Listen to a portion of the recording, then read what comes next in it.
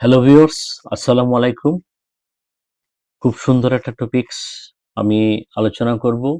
যদি সময় থাকে আমার আলোচনাটা শুনুন, হয়তো খুবই কাজে লাগতে পারে। আজকের টপিকস সুখ কোথায়? সুখ এমন একটা জিনিস যেখানে আপনি প্রতিনিয়তই সুখের পিছনে ঘুরছেন, সুখ কোথায় খুঁজে বেড়াচ্ছেন। অথচ আপনি সুখ খুঁজে পাচ্ছেন না। আপনার হাতের কাছে সুখ, কিন্তু সুখটাকে ধরতে পারছেন না। কিন্তু কেন? আমি ২-১ টা কথা বলি, তাহলে হয়তো আপনি বুঝতে পারবেন কি কারণে আপনি সুখ ধরতে পারছেন না। জীবন কি সবসময় পরিকল্পনা অনুযায়ী চলে? নিশ্চয়ই আপনিও আমার সাথে একমত হবেন। পরিকল্পনা অনুযায়ী মানুষের জীবন চলে না।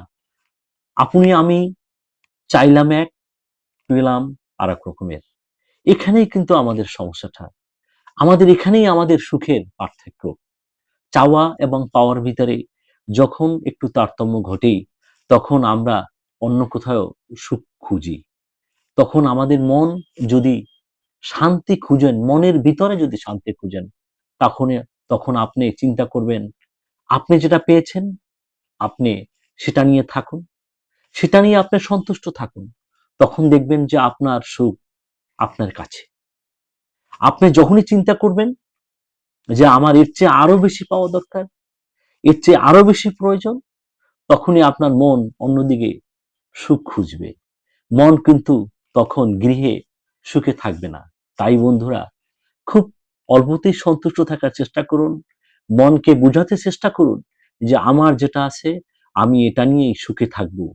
কারণ আল্লাহ তাআলা আপনাকে যেটাই নির্ধারণ করেছে বা যে জিনিসটি পাওয়া দরকার, সেই জিনিসটি আল্লাহ তাআলা আপনাকে দিয়েছেন।